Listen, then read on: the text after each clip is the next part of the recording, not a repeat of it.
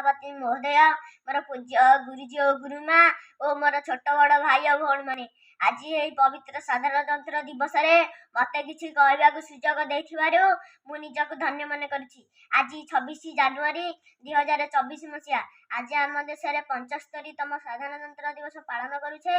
बहु वर्ष धरी आम देश विदेशी मानक शासन अधीन थिला, किंतु पूज्य महात्मा गांधी, सुभाष चंद्र बोस, जवाहरलाल नेहरू, भगत सिंह, सरदार नायडू एहिभଳି अनेक स्वाधीनता संग्रामी माने सत्ता बल प्रचेष्टा अपूर्व आत्म बलिदान कारण 1947 मसीहा अगस्ट 14 तारिख मध्यरात्रि आम देश स्वाधीनता लाभ कला।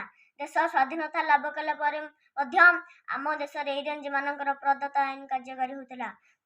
भारतर संशोधन आईन बा संविधान सेत दिन जाए प्रणीत हो नथिला। समस्ते भाविले जेहेतु आम देश स्वाधीनता हासिल कर सारी आम निज संविधान प्रणयता प्रतिष्ठित है। संविधान मुख्य थिले डॉक्टर भीमराव अंबेडकर। से थिले भारतीय संविधान जनक।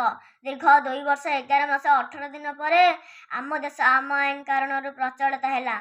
से दिन आम संपूर्ण रूपे स्वाधीनता हासिल कलु। से दिन थिला 1950 मसीहा जनवरी 26 तारिख। यही दिन ठारू प्रत्येक वर्ष जनवरी 26 तारिख को साधारणतंत्र दिवस बा गणतंत्र दिवस रूपे पालन करा जाए। गणतंत्र गणर अर्थ होची लोक माने, तंत्र अर्थ होची शासन। यार संपूर्ण अर्थ होची लोक मानकर शासन। आज आम शपथ नवा आम देश को आम भाषा को सुरक्षित रखा। आज छात्र आसंता काली भविष्यत भारतर शासन चाबिकाठी रही हाथ में।